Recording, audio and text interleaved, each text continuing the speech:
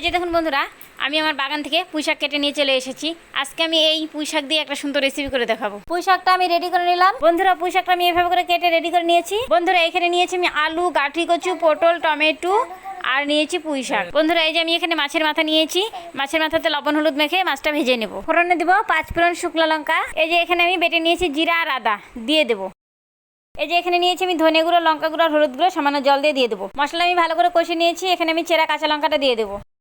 মশলার সঙ্গে ভালো করে আমি সবজিটা নাড়াচাড়া করে নিয়েছি। এখন কেটে রাখা পুঁইশাকটা দিয়ে দেবো।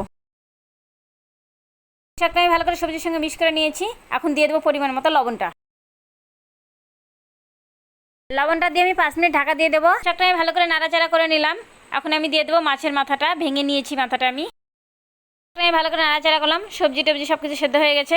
এখন আমি সামান্য চিনি দিয়ে দেবো। সবজিটা একদম রেডি হয়ে গেছে। আমি এখন একটু নাড়াচাড়া করে নামিয়ে নেবো। এই যে পুঁইশাকের রেসিপিটা আমার তৈরি হয়ে গেছে। হ্যাঁ।